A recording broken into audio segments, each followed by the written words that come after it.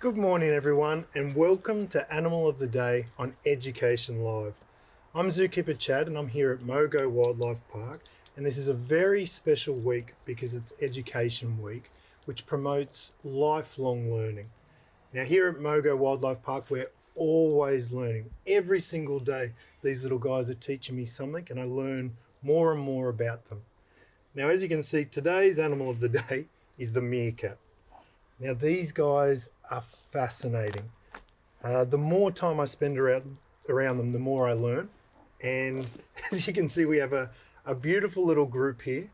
And what I think most people really enjoy most of all about them is just watching the group dynamics. And it's one of those things that we do know a little bit about. Something that I think we've all learned is that there's always someone that's keeping an eye out for the group. That job is called the sentry, and it's that classic pose of a meerkat where they're standing upright on full alert, making sure that the rest of the group is safe. What they're doing is, when you're the size of a meerkat and you live in a continent like Africa, it means there's a lot of animals out there that actually consider you food. So you need to be making sure that the whole of the family is safe. Now we've actually got some food for them here today. What we're eating so far is a beautiful vegetable mix, and you probably don't realise that meerkats would eat that. Primarily, they do eat a lot of insects. They eat things that are quite difficult to catch, like scorpions, and lots of little invertebrates. So big amounts of protein, but very important herbivore eaters too. Today what we've got, which is one of their favourites, which you can see they're right into, are these beautiful little mealworms. Now what we just saw there is exactly what we were talking about. So overhead now in this beautiful place Mogo, we've got some huge parrots, which they wouldn't be used to in Africa. But as you saw, they stop, they listen and they check. Because these guys, it's so important that if you hear something, you run because you worry about what it could be later. You're too small to be able to fight anything off.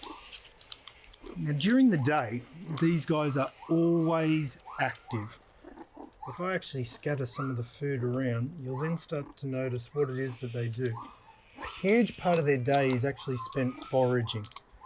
They have a very fast metabolism, which means they need to be eating a lot throughout the day. Now the way that they get that food is to just continually keep looking.